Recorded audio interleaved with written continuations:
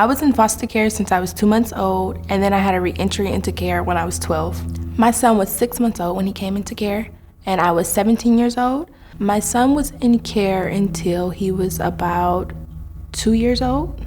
That period of time was very depressing and sad. I was going through my own issues with being in foster care, and being away from my son made me really upset. The foster family was extremely supportive. They made sure that they showed my son pictures of me. They gave me phone calls when anything happened, as simple as a fall.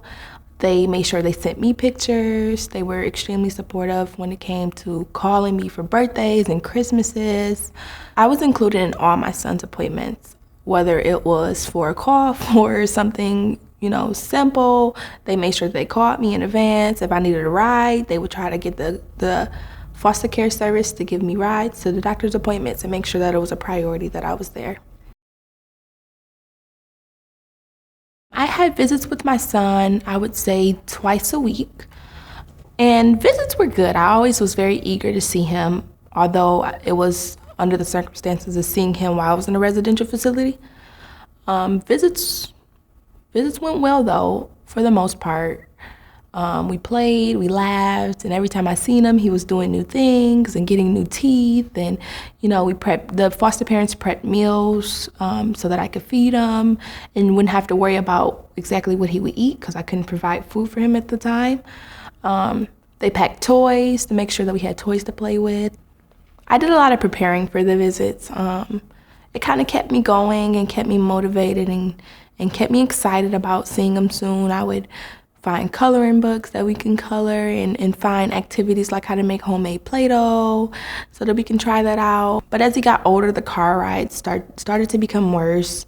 They were driving a pretty good distance to get to me, so he would cry and already be upset by the time he got to me. And then when the end of the visits started to come closer, I could kind of tell that he was a little antsy. So I started to prepare him. We started singing about seeing each other next time and, putting toys away, things that would prepare him so he would know, like, oh, when me and mom do these type of things, it's going to be time for me to go, but I'll see her again soon. So seeing him cry in distress was probably the worst feeling I've ever felt, something that I couldn't change, as bad as I wanted him to come home with me. I couldn't just say, hey, buddy, let's go home. In reality, I couldn't do anything about it. So it made me sad. It actually made visits that ended with crying worse because I kind of felt worse. So I feel like he may have been thinking, why is mom not coming with me? He had a really good, strong attachment to the foster parents, so I'm sure once he got home, he's like, oh, I'm back with my other family. But I'm sure that he probably wondered where his mom was. He knew me very well. He knew I was his mom. His foster parents made sure that he knew I was his mom, so I'm sure that he was a little confused until he got to his foster home, and then but I'm sure that it was a cycle for him. He would be happy when he got back home, and then when he visit me again, he's happy to see me, and then when he leaves again, he's sad. As my son got older, he started to become more aware of, him seeing his mom one moment and not seeing his mom the next moment. It started to affect him a little bit. So the foster care parents got into infant mental health involved to try to help us with healthy bonding and separation anxiety for both mom and baby. The first couple of times, just watched, didn't want to intervene with visits, so they would just watch us and see how we interacted, come in when they see me getting overwhelmed and give me some tips and bring toys in and activities to, help him with his development as well as, helping me bond with him while he was developing skills. The infant mental health specialist made sure that the transition went smoothly. If she seen signs of me becoming stressed, a simple rub on the back or, compliments like you did great. I seen that you guys did this, your bond was great. Things that would keep me pushing and keep me going. And then just simply helping me with him, helping me get his things together and comforting him while I'm maybe trying to calm down. I would say that I needed just support. Within the moment of just calming him down and and calming myself down. It was really hard to try to calm a baby down that was in distress about leaving, knowing that you can't do anything about it, and then me having the anxiety and stress that I had. So just support, someone to come in and say, hey, let me help you with him. Let's get his stuff together. You calm down and digress for a moment and, hug and love on him. So just someone that could just step in the moment and realize that it's a very stressful time and just be a comfort for the both of us and not just my son.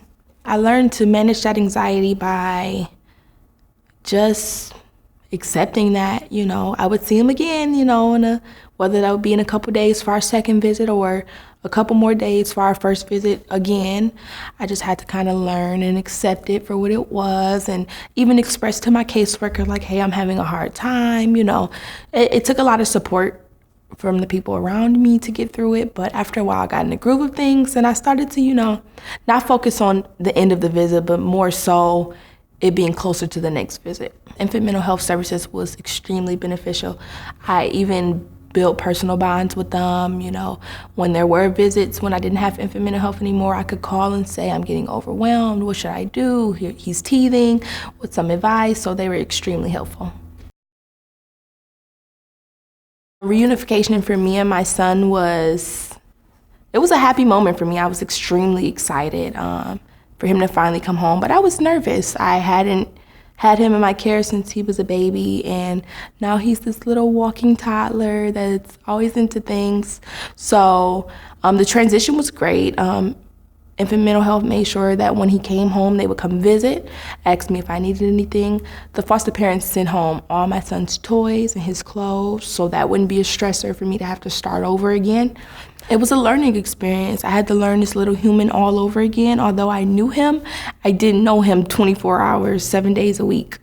So it was really important for the supports like infant mental health and my caseworker to be there for me and to keep checking up on me. My advice to foster parents would be to be aware. Make sure that when you do have the time to watch the bond between the parent and the child, to make sure that you watch. And take heed to the fact that not all parents who have children in care are bad parents. They're children go into care for different reasons. So to not treat the parent like they're a villain or they're a bad person, and being supportive, making sure that the parent feels as though you are all in with teamwork and your intentions are good, not to keep the child away. Make sure that you keep the parent active. That's the most important. The parent wants to be a parent. So not taking away responsibilities and choices like doctor's appointments and haircuts, and keeping them in the moments of birthday parties and things like that. I believe that my son needed love. He needed an abundance of love. To not take my place, but to fill voids, that a child would feel being separated from the parent. And I feel like everybody in our support system gave him that. They made sure that he was good in all aspects. They made sure that he was healthy, both physically and mentally, and made sure that the bond between us was healthy.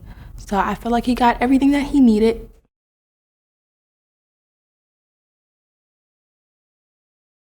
I love to know that, he had a whole nother family that loved him and treated him as I would. I had no concerns at all. They were great people. Even doctor's appointments, he would go from my lap to their lap to my lap, and it never felt uncomfortable. It was a great experience to see him build a bond with another family. I just felt like it really wasn't up to me to decide what bonds and connections I eliminated from my son's life. He had been around them for so long. They were a part of his life, so I didn't want to take that from him. And they made sure that they kept bonds and connections between me and my son together. So they deserve that chance as well.